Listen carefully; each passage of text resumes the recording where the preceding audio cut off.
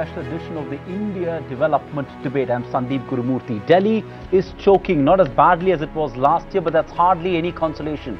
Despite the Supreme Court ban on sale of firecrackers, the air quality status in the capital is very poor. In some parts, almost 24 times the permissible level. Frankly, it's not about whether the ban was effective or not. It just doesn't matter, perhaps, because Delhi isn't alone. Chennai, for instance, saw its air quality deteriorate over last Diwali this year. So does the government and do citizens of this country care about pollution as much as they do about economic growth? How far away are we from the inflection point, and how does a country like India balance the growth and environment trade-off? That's the debate tonight on the India Development Debate.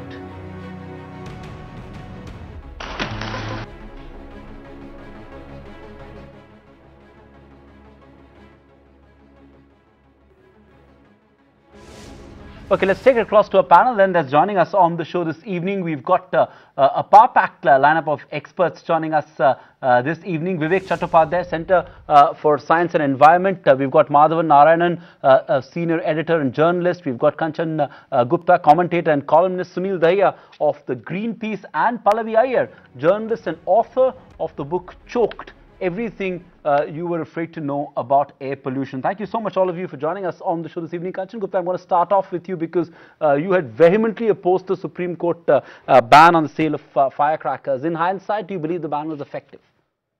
I think we are talking voodoo science over here. The full data is not in. And if you do a Diwali to Diwali comparison, yes, there was less pollution this year. But this was not only about Diwali, it was not only about firecrackers. When I was in these studios about, I think, a week ago, I had made some specific points. Just to recount: one, if you are looking at cleaning up the environment, improving the air quality, then you should be really looking at policy which has a short-term, medium-term and long-term strategy behind it. Just issuing firmans is not going to work, and definitely judicial overreach or judicial activism is not the answer over here. We need to really also look at how do you get people to participate in it. I mean, you can't just sort of say off with your heads and expect people to just join in and make it a grand success. It won't work. It hasn't worked this time either. The interpretation, the popular interpretation of the ruling was that you can't sell firecrackers, but there's no ban on bursting firecrackers. And end of the day, what you had was people thumbing their nose at the Supreme Court, which I don't think was a very good thing to happen.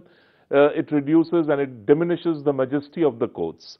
The other point which I want to make is that, again, if you are looking at a year-to-year comparison, this year Diwali happened early.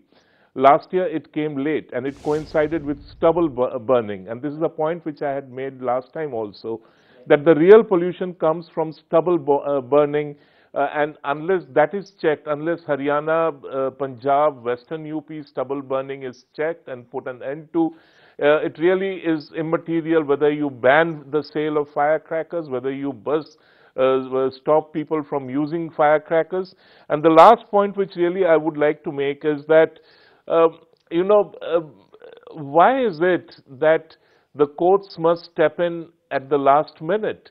And this time they stepped in just before Diwali. And then the popular interpretation becomes that, oh, you think that Diwali pollutes the air, therefore you are going after Diwali. And that again puts people's backs up. So really, are you looking at a solution, or are you just looking at headlines? Okay, you're saying a firecracker ban was not enough. Let's take it to Vivek Chattopadhyay of the Center for Science and Environment. Vivek, while we await the CPCB formal data, your own CSC has put out data that suggests that it was actually alarming, especially towards the evening. The situation got pretty bad here in Delhi, and you almost declare it as bad as last year. Help us understand whether the ban on sale of firecrackers, in your assessment, had any impact. Could it have been worse if this ban was not in place? See, the problem is, like, nobody knows how much firecrackers have been burned. The last order of the Supreme Court mentioned that there are about 5,000 tons of firecrackers within Delhi and NCR. and definitely like a lot of firecrackers have been bought in from outside, or probably from different means people procured the firecrackers. But this episode is one of the major air pollution episode during this winter, and what we are noticing that we have breached the severe benchmark of air quality, and this is a prime concern because this episodic air pollution needs to be prevented, because when we talk about stubble burning, that is also very episodic, that happens for 10 to 15 days. So definitely our approach has to be short and medium term, but we must control this episodic high concentration of emissions, because an special concern with Deepavali is like children are involved. And studies conducted by scientists of CPCB and Chittaranjan Cancer Research Institute based in Calcutta of Delhi's children, they have surveyed about 12,000 school-going children, and what they found that 45% of the kids have lower lung function. So means they are already prone to have, when they grow up, there are high chances that they may have respiratory ailments. So I think the situation is so grim that drastic actions are needed, and this emergency response system was put in place by Supreme Court directions, and Ministry of Environment and Forest notified this in January, and it got activated. That also mentions the control on firecrackers among other sources. So all the sources needs to be definitely controlled, but these episodes needs to have an special attention, because large amount of crackers are burned, and everyone knows that kind of chemicals are used to prepare these crackers, and it creates a massive smog across the city, and it's about exposure to the people. Right. So quantum definitely matters, but Okay, fair here we are talking about in a short period of time huge amount of pollution. So that is the major concern. Okay. Okay, and you're saying this episodic cases also significantly have an impact. Madhavan Narayan, which side of the debate are you in? Do you agree with Kanchan Gupta that it was ineffective, or do you go with what Mr. Chattopadhyay is saying, that this was necessary, that you need such episodic intervention and you need to have a short-term strategy? This is part of that short-term strategy. There should be medium-term strategy and long-term strategy. Do you believe fundamentally that the ban was effective or not? Let me put it this way, Sandeep. I think, like Kanchan, I also wish for a long-term policy or strategy on this. But unlike Kanchan Gupta, I would like to say that what the Supreme Court did was not an act of farman. You can call it an act of ad hocism. You can even call it stupid on a bad hair day. But the point is that it was a timely signal of moral suasion, so that a public debate of the kind we are having today has been kindled. That is the biggest positive outcome of the Supreme Court judgment. I think the 20 days are over, Diwali is over. Last week I made a point that this latest order from the Supreme Court was only a follow-up of what it was doing a year ago. So what was the government doing in the intervening 12 months? So the essence of the whole thing is that the Supreme Court is being forced to do all sorts of overreach, because the government of any kind, I would say, not just this government, maybe even the previous government, has not been sufficiently proactive on what is essentially a matter of serious concern. Today's panel has three strong air pollution experts. You know, Pallavi Iyer has just written a book, Sunil Dahiya is from Greenpeace, and the other gentleman is from Center for Science and Environment. I have nothing to add from a point of view of hazardous concern. But it is not flattering to be told that compared to large Diwali you're better, or that stubble burning is worse than this. What is the net effect? The net effect I have is an air quality index sitting right here, which shows that hazardous. So is it flattering to be told that your level has you're improved from hazardous to severe? Come on, we are talking about incredible India, attracting tourists. We are talking about children's health.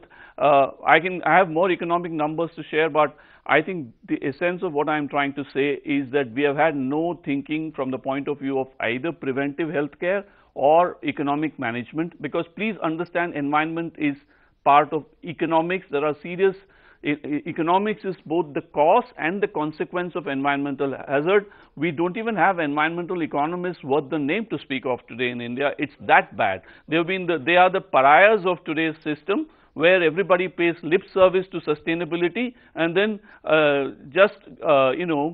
cuts the nose to spite the face. You know, you end up saying there is less smoke than last Diwali, or that the Supreme Court has done this, or that the stubble burning is bad. All that is ignoring the elephant in the room, which is a public health From hazard. Pallavi Iyer as well. Pallavi, what's yours? You've heard three of our panelists. Do you believe that we are better off with the ban? Obviously, like Madhav Narayan pointed out, air quality is still very poor, and that's not something to take comfort from. Like I said in my introductory remarks as well, were we better off with the ban? And how would you counter remarks made by a lot of critics, including Mr. Kanchan Gupta, who believe that this was a case of judicial overreach?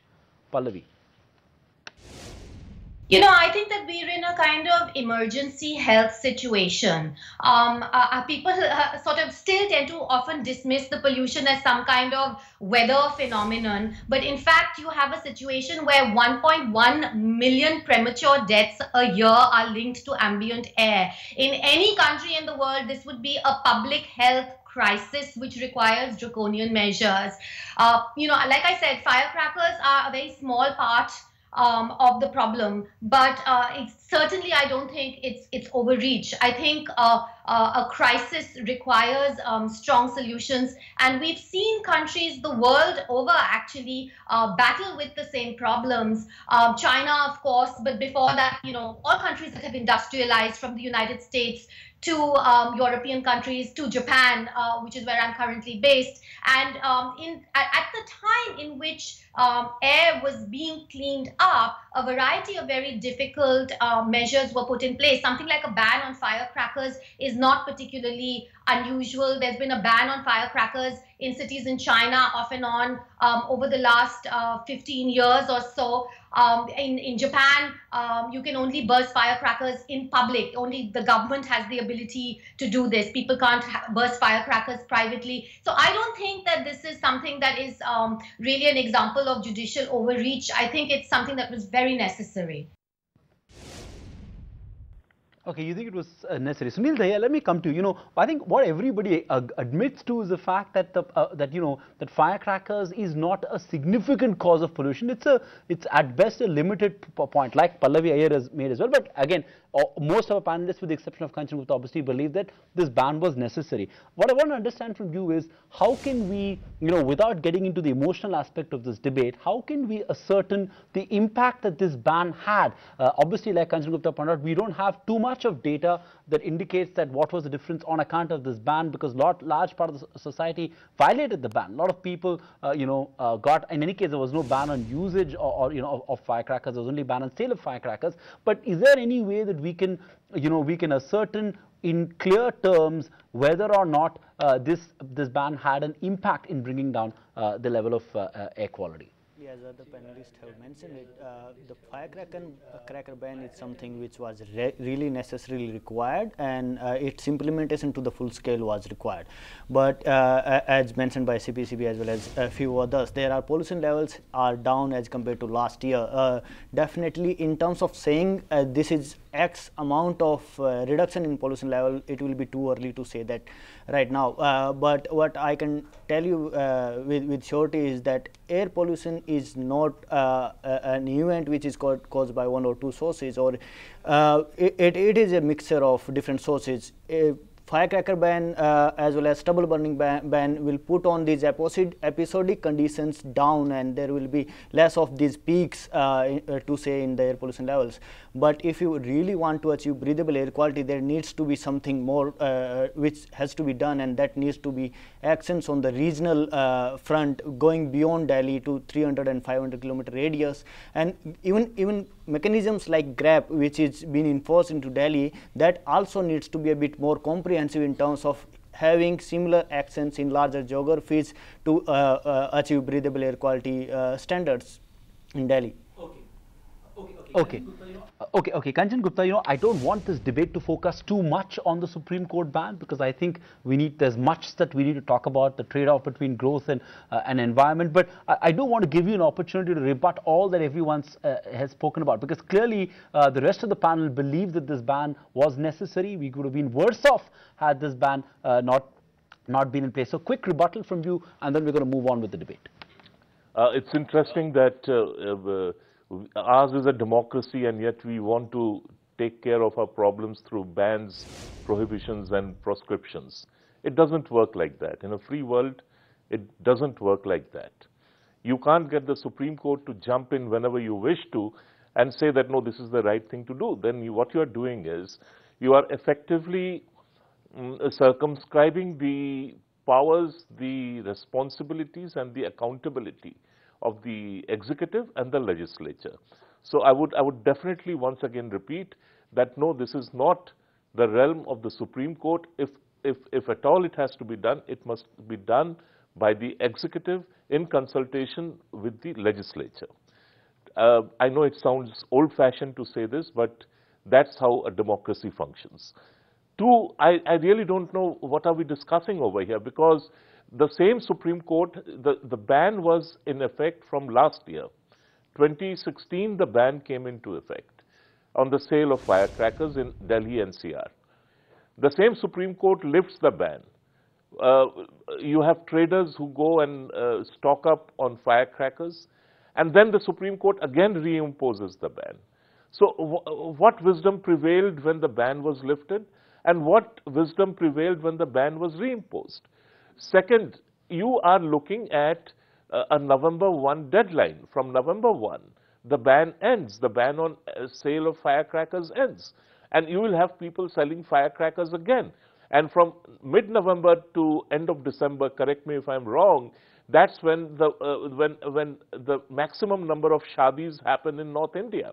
And you will have firecrackers all over the place. You also have Gurpurab coming up, when I think the amount of firecrackers that are buzzed during Diwali in Delhi equals the amount of firecrackers which are buzzed on Gurpurab in Delhi. So are you going to impose a ban again on the sale of firecrackers for Gurpurab? This is absurd. You cannot move from ban to ban to ban. There are, no, a last point that I would like to make, there are traditions. There are traditions that must be taken note of. They are good traditions, they are bad traditions, we can keep on debating that, but that is not going to change overnight. So government, therefore, it is necessary to loop in the government, and the government will then have to look at the best possible means of ensuring that even if firecrackers are being used, whether we can improve the quality of firecrackers, whether we can improve the science behind firecrackers, whether the use of heavy metals can be avoided, and those are things which can easily be done. After all, we have huge shows of firecrackers in New York, in Sydney. We have Guy Fawkes night. So what are we talking about? I mean, just to wipe out a tradition, it won't happen. Okay, fair enough. Okay, let me get in a word from Vivek Chattopadhyay from the Center for Science and Environment. And again, I don't want to talk too much about the ban, but I'm just trying to understand, could there have been other factors at play that led to a better reading on the air quality index this year, like weather conditions, like agriculture waste burning, the fact that there was more awareness on that particular issue, bit of a clampdown from some of the state governments there as well. Could those factors have also contributed to the relatively better air quality in the capital?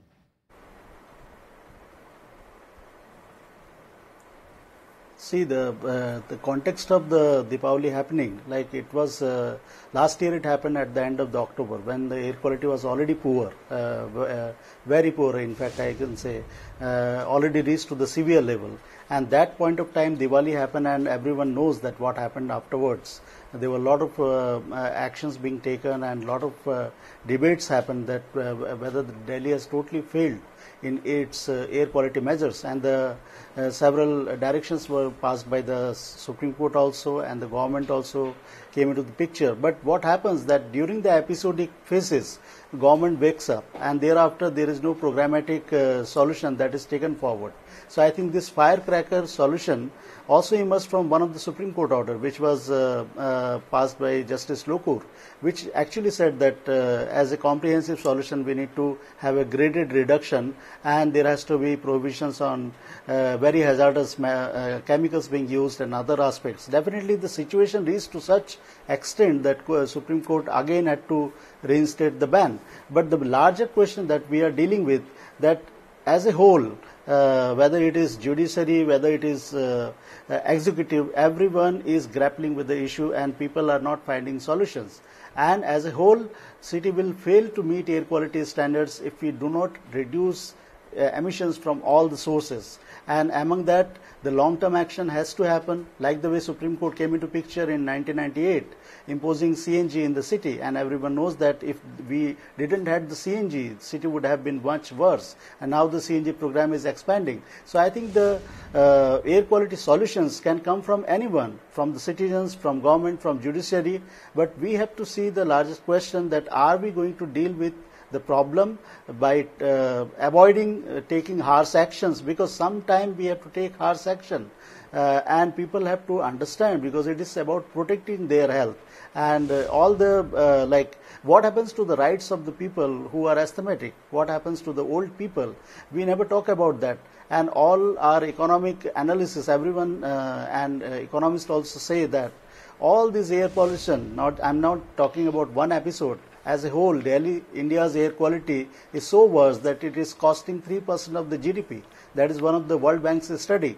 And they said that in 1% of GDP we can mitigate the problem. So there is a huge, enormous health cost problem because of air pollution, and we have to deal with it. Right. Okay, so there is obviously a massive economic impact of this problem as well. But Pallavi Iyer, you know, the fact that disturbed me a lot is, despite the ban and despite all the stock and awareness that was being built, a lot of people had scant regard for it. People procured it from wherever they needed to procure it, and I think at large, at large towards after the late in the evening, we saw a lot of people burst these crackers. And does that indicate citizen apathy? Their indifference to this issue, the fact that, and is that worrisome for you when you look at the fact that there is this extent of citizen apathy towards environmental concerns? Yes, but again, it's not unusual. We've seen this in many developing countries. You know, I mean, in a country like India, there are many competing priorities. The environment is not often the most urgent because the problems with the environment are spread over long periods of time. The causes are quite diffused, and often the consequences are not immediately felt, but felt over a relatively long period of time. So, you know, it's understandable that this is not always something that is at the burning priority for people who have a lot of different challenges to confront. That said, ambient air is actually a uniquely democratic challenge. It affects rich people, poor people. It knows no religion. It knows no caste. It is something that really affects everybody. Normally in every country, there's a sort of inflection point or a tipping point when there's enough knowledge that becomes widely available, and then people start reacting to it. I believe it's been very late coming to India. We are seeing the very nascent stages of this kind of civil society conversation that we need, but I think that the conversation has begun. Right. Madhavan Narayan, I think it's also important now to step back and say that, you know, we are all sitting here in Delhi, but it's not a Delhi-centric problem. This year, for instance, Chennai on Diwali day reported air quality in AQI levels, worse than what it was last year. So while Delhi may have improved, Chennai is actually worse. In Mumbai also, the reading is not encouraging by any stretch of imagination. And I'm not even talking about tier 2 cities like Gwalior, where, of course, there is a serious air pollution problem. So it's we must break this myth about the fact that it's a Delhi-centric problem. It's an actual pan-India problem. Yes, Sandeep, I'm glad you raised the question, because when Kanchan was talking about the stubble burning in Punjab, I did think of the fact that if that is the main cause, then why is it that Patna and Chennai are also affected by pollution? So it's a very pertinent point. It's important to look at this whole issue as part of a larger problem arising out of industrialization of India and a general ad hoc way of industrializing. Now, there is a historical context. Sorry to sound a little, let's go back a bit in history. For 25 years, since 1991, 26 years to be precise, we've been just discussing ideological issues of socialism, capitalism, liberalization, deregulation, controls. What we do not understand in this is that we have had roughly 6 to 7% average growth of GDP for the past 25 years or so, give or take a percentage point here or there now, ups and downs. But overall we have had a cumulative economic growth that has increased the size of the economy, but we are following the old smokestack paradigm of industrialization. This is the India development and debate, and we have to look at the development paradigm.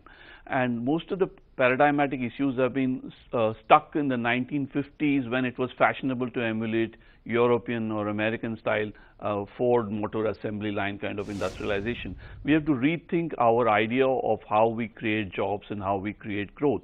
Sustainability gives us an opportunity to leapfrog into greener forms of growth, which we have not been really considering. So a huge amount of the problem is because we have been stuck on the margins of the debate instead of the centerpiece of the debate. Whether it's Supreme Court or simply air pollution going up and down here, that's not the issue. The real issue is composite. Everything from chemical industries to leather industry to air traffic to vehicular pollution to even cremation, perhaps everything is adding to the pollution. But we should not make this issue cultural. It is sad to see the cultural tones being imparted to a debate in which we have to proactively try and make it more rational, health and public good issue. So the real issue therefore is to perhaps have a commission we had a Narasimham committee to reform the banking sector. Now, let me just add one thing. The latest 5-year plan document, I believe, speaks extensively about sustainability issues, but they remain on the periphery of policy. Most of the policy, we keep running around in circle on the usual suspects of GDP and macro inflation and interest rates, whereas just now, Vivek pointed out how World Bank studies show that 1% of GDP can solve 3% shaving off. Okay. We need to be more creative, more proactive, more expansive, and most important, we need to create not TV room debates on this. This needs to be a centerpiece of policy in which panels are needed to actually come out with composite centerpiece solutions. Of policy. But Kanchan Gupta, I'm going to let you just comment on the point that he made on don't make it communal or don't make it cultural. Let's not, this is environment, it's sort of lives are at stake. Let's not trivialize this by bringing in culture and religion and all of it into this debate. A quick rebuttal from you. Yeah, no, I don't think anybody is making it cultural or religious, but the fact remains that the Supreme Court did lift the ban, and then just before Diwali, it reimposed the ban. Now, you and I can sit here in an air-conditioned television studio and say, let's not make it into a cultural issue. But out there, the masses are not going to buy into it. For them, it is an infringement of a tradition which they associate with Diwali. Or it could have been any other religion. Now, therefore, I come back to my point that you really cannot, look, we all agree that ambient air quality is something which is desirable. We should all aspire for it. Now, the point is, how do you go about it? And I still feel that the worst way of going about it is to go running to the Supreme Court with a petition and get an order which grabs headlines. But end of the day, it delivers nothing. Now, you asked, isn't it surprising that despite the ban on firecrackers, despite there being increasing realization about air pollution, people went ahead and burst firecrackers? Of course they did. And it was known that they would, because every time you try to just come down with a heavy hand, people in a democracy will push back. There will be resistance and there will be resentment. And once that resistance and resentment starts building up, your attempt to clean up the environment will also get that much more difficult. So why do you want to get into that zone? Why do you want to get into that territory? You need the people on your side. You need people to be actively participating in cleaning up the environment. You really don't want them to be sitting out. So this is not only about activists. I don't mean it in any pejorative manner, but this is not about activists. This is not about activism. This is not about greens versus reds. So the moment you try to make that into, make this whole effort into a greens versus reds or a greens versus saffrons, this is bound to happen. The cultural idiom won't be just kept away. You can't do it. Okay, fair enough, fair enough. Okay, let's shift focus back to the debate then. And I'm going to come to you now, Sunil Dahiya, which is the point that Pallavi Iyer made. And the question was asking her own citizens' apathy as well. Who takes the blame? The fact is that despite this ban, whether it was effective or not effective, we can keep debating till the cows come home. But the fact is that despite that, air quality in Delhi today is very poor. Who's to blame? Because one would imagine this time at least there was a governance mechanism in place. Some steps were taken in anticipation of this, and yet, the air quality is very poor. Who is to blame, and should citizens also take responsibility for the situation in the cities today? The pollution levels. If we compare the pollution levels yesterday as compared to last year Diwali, they are definitely down. But if we compare day to day, 18th October, 19th October last year to this year, the pollution levels are still at around the same levels. Obviously, leaving aside the peak which we achieved because of firecracker bursting yesterday night. So the pollution levels are still hazardous. They were hazardous last year, but obviously the peak came in a bit later towards end of the October. Now, understanding why these pollution levels are around 150 to 180 microgram level as they were last year before Diwali. This is not just because of firecrackers or biomass burning. Yes, these are episodic events, but there are continuous sources of pollution which have been emitting 24/7, 365 days a year, and there has not been anything significant done about those. We have been speaking about Badarpur being shut down day before yesterday. We have been speaking about DG sets being shut down. But is that really implemented on ground even in Delhi, and is implementing that only within Delhi boundaries is good enough even to achieve breathable air quality in Delhi? That's one. Second question is coming to the other areas such as Varanasi, Patna, Lucknow, Amritsar, Ludhiana, and all those places in entire Indo-Gangetic plains. There is no city in the entire Indo-Gangetic plain where the air quality is breathable. So this is not just a Delhi-centric issue. We have to be national about it. This is national health emergency. Now, speaking concretely about the sources of pollution, let me take you back to 2015 when thermal power generation for the first time had SOx and NOx standards being enforced by Ministry of Environment and Forest for power plants. And these standards had to be implemented. All the power plants had to retrofit their technologies within 2 years. That's by 7 December 2017. And now the deadline is approaching. There is hardly 2 months left to that. There is no power plant in the country which has retrofitted to that technology. And there are at least 17 power plants in 300-kilometer radius to Delhi, and they are having an impact on air quality in Delhi. And that's just Delhi. If we speak about the entire northern India and central India, there are much more of them. And power plants are just one factor to it. There are multiple other factors. Sunil, I'm glad you made that point, because I want to bring this statistic in. In China, for example, 95% of the thermal power plants have pollution abatement equipment. In India, it's about 10%. So there is a long way to go for that. What can we learn from China? Something we will debate a little later in the show. But Pallavi, here we touched upon the governance mechanism that sort of seemed to be in place this year, which was probably not there last year. There were steps taken over the last couple of weeks as well. Given last year's experience, do you believe there's a more proactive governance structure that's in place now? For instance, we have the graded response action plan that has kicked in this year as well. What do you make of the governance structure right now when it comes to environment issues in India? No, I think that we need to have very clear national targets, which is something that we don't have. And we need very clear coordination between regions, because as I said, this is a pan-regional problem. It really cannot be tackled piecemeal, and it really cannot be tackled by individual cities. So it has to have a lot more cooperation across state boundaries. And we also have to have a much more solid national plan with specific targets.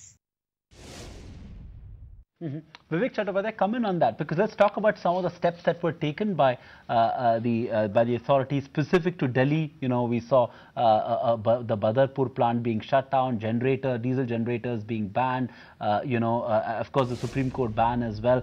So a whole host of steps were taken. Do you believe that the governance structure is now slowly falling in place, or do you think it's restricted only to Delhi and it's not quite there in a lot of other cities, and there's definitely no national sort of strategy in place like Pallavi was pointing out?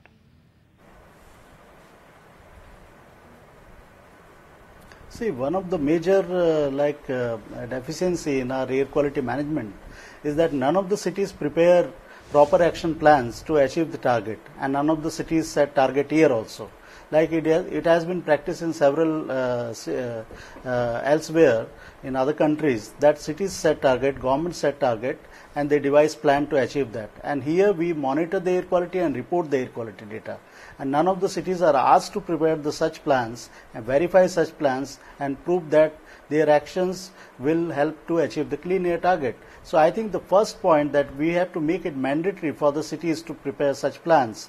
They need to be vetted for technical robustness, their achievement targets, because unless until we put the onus on the cities, because ultimately air quality is a local issue and it affects regionally. And when it is a regional issue, then the central government has a major role to play, as well as the states have to play the role.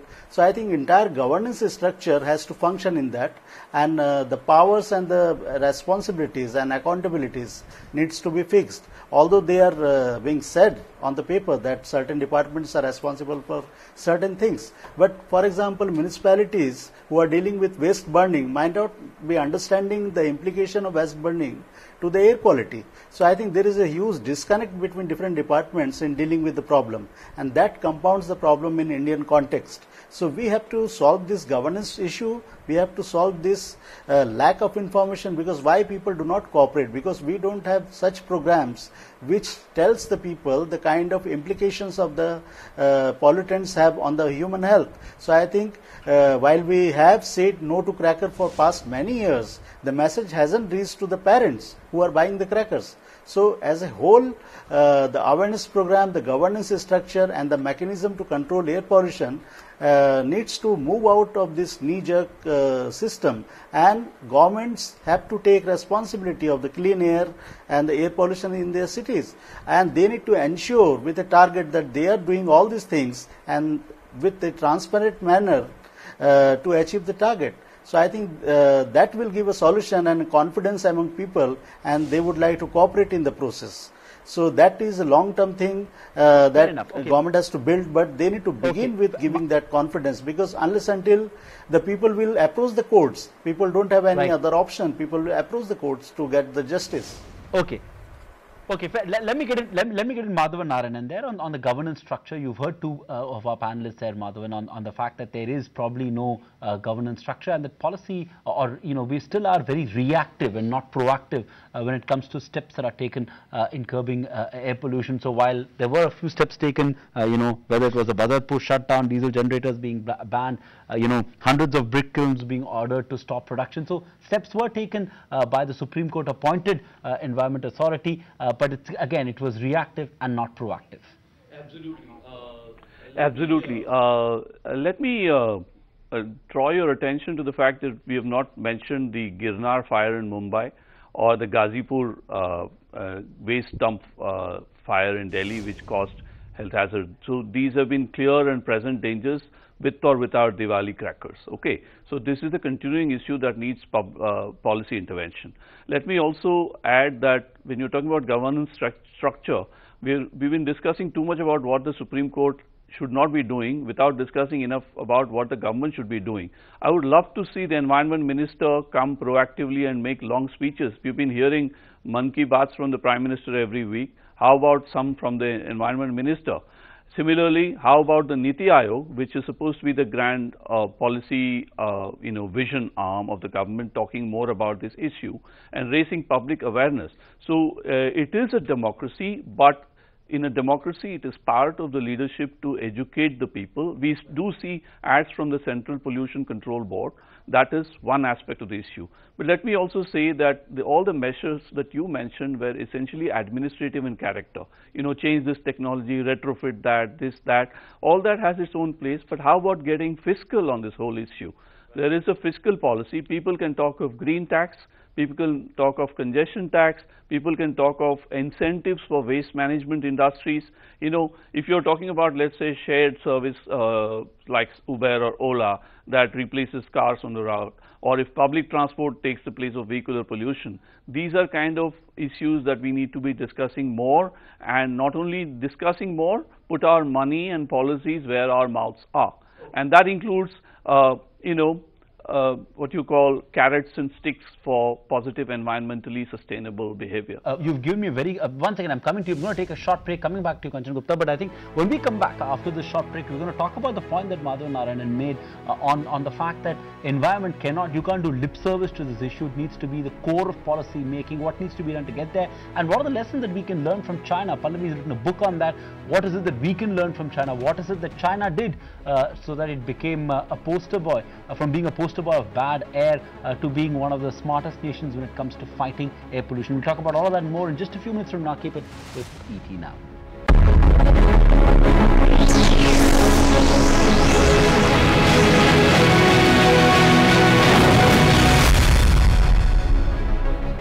Yeah, with ET Now, this is India development debate. Just before we went into break, Kanchan Gupta was making a point on what Madhav Narayanan had said about the fact that environment needs to get to the core of policy making in this country. We need to stop doing lip service to the issue of environment. Kanchan Gupta, please go ahead.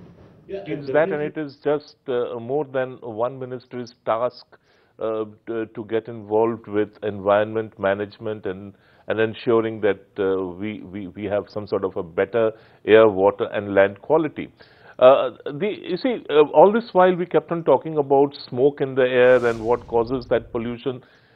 I believe there is an IIT Kanpur study, an extensive study, which really should be looked at as far as Delhi NCR is concerned, and even other cities like Patna or Bangalore or Chennai, where it says that the biggest contributor, the single biggest contributor to air pollution is dust off the roads and dust from construction sites. And I also believe that last year, the Supreme Court in one of its interjections had ordered that all open construction sites have to be made dust proof, all construction material has to be covered, and stuff that flies in the air has to be watered.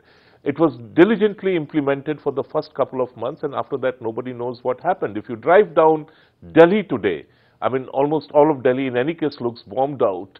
If you drive down Delhi today, you will find not a single construction site takes even the basic precautionary measures to prevent or to minimize or diminish the contribution which is made by dust and dust particles to air pollution. The second point which I want to make is that the courts, please, the courts cannot be your savior. Do remember that in the past, every time the government has tried, because government is not all bad, it may not be all good, but it is not all bad. Every time the government has tried to enforce rules on emission rules on tanneries, for instance, the courts have come in and said that the right to livelihood must take precedence over the right to life. So, I mean, it's the same court. Please remember, the same court can turn around and take a different position tomorrow and go with the pollutants against the polluted. And the last point which I want to make is that you have been mentioning that action has been taken by way of banning brick kilns and diesel generator sets, etc. Now, this is absurd. You know, you can ban the manufacturing of bricks, but that's a stupid ban for the simple reason you have to first factor in that there is a construction industry in this country. There is, and that construction industry needs to be fed. They need bricks. Now, how you just can't say from tomorrow no bricks shall be, no brick kiln shall work within 300 kilometers of Delhi NCR. Now, what happens to the brick industry in the construction industry in Delhi NCR? How do they deal with this situation? So you create a bigger problem by trying to solve a problem unthinkingly. Similarly, about diesel generator sets. Oh, you know, it's very nice to say ban diesel generator sets. Now, energy. Now, do they have access to adequate amount of energy? Do they have access to adequate amount of electricity? Even if they have, is the supply assured? So these are things which are never looked into. So again, I come back to my point where I began, that for heaven's sake, please stop looking for headlines. I mean, headlines are very good. They serve the activists and NGOs very well, but they don't deliver end of the day. look beyond headlines, look for long-term strategies, which can then be implemented by breaking it down into short-term, medium-term, and of course long-term tactics. Okay, fair enough. You made some valid points, and I was not trying to say that we support the ban on brick kilns. I was just trying to say those are steps taken by the authorities in an attempt to try and control air pollution. Okay, Pallavi Iyer, let's take this forward. You've written extensively about the China experience and how China moved from becoming the poster boy of bad air to a remarkable successful story. As per NASA data, between 2011 and 2015, the air quality in China has improved by 17%, whereas in India it's deteriorated by 13%. This is as a country as a whole. What have they done right, and what is it that we can learn from them? Yeah, I think that's an interesting question, because exactly China has emerged as the kind of poster boy for bad air, for toxic skies in the global imagination. But in fact, ever since the Olympic Games were hosted by Beijing in 2008, we've seen quite a impressive, deep-reaching response. And still, Beijing skies remain very dirty. So I think one very clear takeaway is that it's a long slog and that there are no magic bullets. However, it can be done. And, NASA satellite data has shown that China's PM 2.5 levels have actually decreased by around 17 or 18% between 2010 and 2016, even as India has increased by around 15% during that time. I think what China got right was firstly getting the information and installing pollution monitoring stations very widely and deeply across the country. As of 2016, I think China had something like 1,500 of these pollution monitoring stations in 900 cities. And by comparison, India at the same time only had 69 of these in 32 cities. So, just getting the data, which is the very first step, is something that India is very far behind in. I also think that in India, we tend to focus a lot on vehicular pollution in the cities, but a major part of the problem is also industrial. And what China has managed to do is put pollution abatement equipment on all its power plants, on its coal-fired power plants, for example. 95% of Chinese power plants have pollution abatement technology, which gets rid of all the sulfur dioxide, for example, that these emit.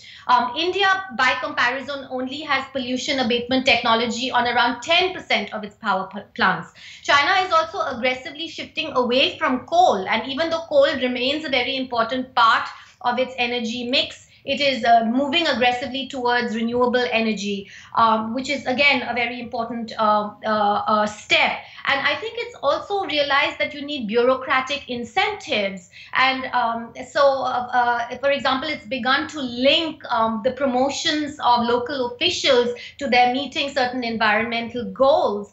It has given local authorities more powers to detain company bosses who are flouting environmental regulations. So all of these things, I think, are very important steps that India should consider at the very least.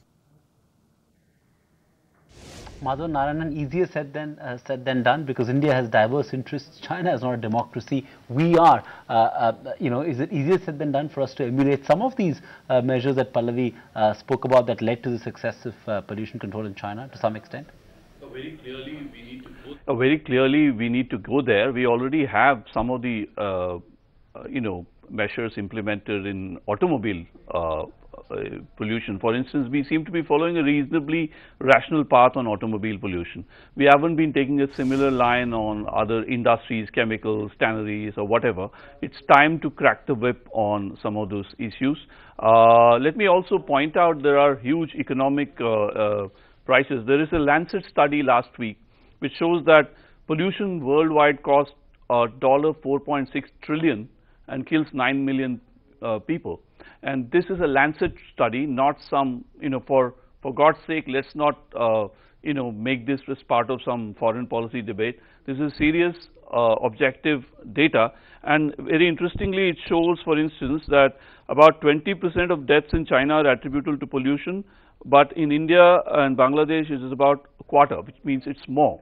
So there are ways to study this economically and try to put numbers on this. For instance, Nandan Nilekani said last week in a different context that Aadhaar has saved $9 billion for India by higher efficiency. Can we start putting numbers on our own, health issues and environmental issues so that we know how much money we save by being more environmentally responsible, and also how much money can we generate even in terms of jobs? And so there is a constructive, creative way of looking at it, and what Pallavi said is a good, good example to start with. But I must caution that India is not like China, where we have a simple top-down authority. We need to which is why I am very keen that, like in the CNG case, the Supreme Court or the court's word should be taken as a push for action, and the government must not hesitate to take policy decisions, citing the court as a precedent rather than combating the court. Differ with Kanchan Gupta on that front, but I want to get closing comments. Just got 2 minutes on the show. I'm going to come to you, Vivek Chattopadhyay, which is the point that Madhavan Narayanan made. The larger question, is there awareness of the economic consequences of unchecked environmental damage? Is there awareness among policymakers and among citizens of this country?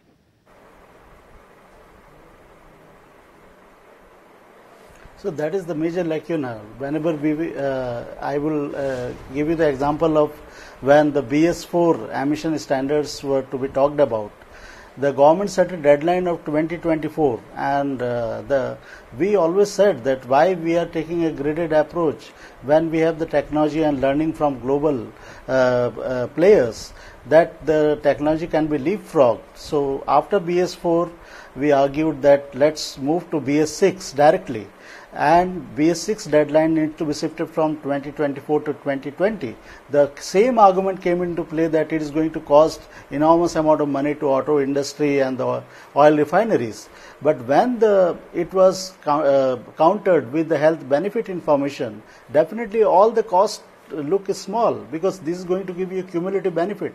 So I think this economic assessment definitely gives you a thorough analysis of the issues, gives you policy directions. But who is doing these economic studies is very important, because it has to be done impartially, has to be done by academics with no interest, commercial interest. So I think that kind of science and economics we need to bring in India, and this awareness will definitely reach to the students, reach to the professors, reach to the ground level, and people may associate when they see these numbers and the facts and the evidences. Even the health information is not known to many people. When we studied the traffic policemen, fair enough. Found that they are Vivek Chattopadhyay, I'm afraid I'll have to interrupt you. Vivek Chattopadhyay, I'll have to interrupt you because I need closing comments from my other panelists as well. Sunil Dayya, to you first. How far away are we from that tipping point from where this awareness kicks in, policy making, puts environmental issues at the center of, as a spotlight? How far away are we from the tipping point? In the case of China, it was the Beijing Olympics in 2008 that was a tipping point. I thought last year could have been the tipping point, but it wasn't clearly. How far away are we from that tipping point? You really rightly mentioned that Beijing Olympics was the tipping point for China. And in terms of going by the same argument, we should understand that there is enough of data to say these are the sources contributing to air pollution level. It was the will of the Chinese government before 2008 not to take actions on certain sectors, and during those Olympic days, they took actions on those certain sectors, going beyond Beijing boundaries. And that's what we knew after IIT Kanpur study for Delhi, and we know that for all across the India. So it's the political will which we need right now, and we have approached that tipping point last year, and we are debating right now. What we don't see happening is that concrete, systematic and comprehensive actions in terms of having time-bound targets and responsibilities for authorities, and that needs to be fixed. We should have national and regional clean air action plans with defined responsibilities, roles and targets for sector as well as authorities. Okay, fair enough. Kanchan Gupta, quick word from you. This trade-off, between environment and growth. Large part of the country still below poverty line. You need growth as well. Economic growth is probably what this country needs the most. And yet, environment is an issue that you just cannot afford to sidestep. How do you balance this trade-off between economic growth and environmental concerns for a country at its, where, like India, which is still nowhere close to being a developed country? Well, I mean, you really can't sacrifice growth for environment, in the sense that you can't just focus entirely on environment and suspend growth in the meanwhile. You have to continue with technologies that are available to you, the technologies that are not available to you. To keep on talking about them, it makes no sense. Till such time there's greater equitable access to technology, a country like India will really not be able to talk in terms of matching growth and environment together. And frankly, if we are looking at the huge demand for jobs, the huge demand for, the economy to generate jobs, you can't start clamping down on industry and saying that you don't have a pollution abatement retrofitted into your factory, therefore you cannot operate your factory. It won't work. The real world doesn't work like that. Sure. Okay, fair enough. Pallavi Iyer, let you have the last word. How does a country like India balance this trade-off between growth and environment? Like Kanchan Gupta pointed out there eloquently, India cannot afford to give growth a miss. Yeah, look, it's never easy, but on the other hand, you also have to see that the environment is something that's having a toll on your health. I mean, if you're dead, there's nothing else to talk about. There is no other trade-off to make. And so even though you might not think that you're going to be dying tomorrow because of bad air, it does shave off a very, a certain number of years from everybody's life, and that has an major negative effect on economic growth as well. So once you start factoring in the economic costs of the health implications, that trade-off then starts becoming easier to make, I think. All right, we'll leave it at that. Pallavi Iyer, Kanchan Gupta, Madhavan Narayanan, Vivek Chattopadhyay and Sunil Dahiya, thank you so much for joining us with your thoughts and perspective on the India development debate. Growth is something we just cannot afford to ignore as a country, and yet it's about time that we put environmental issues at the forefront of policy making. That's the verdict from our panel this evening on ET Now. Thanks for being with us on the India development debate.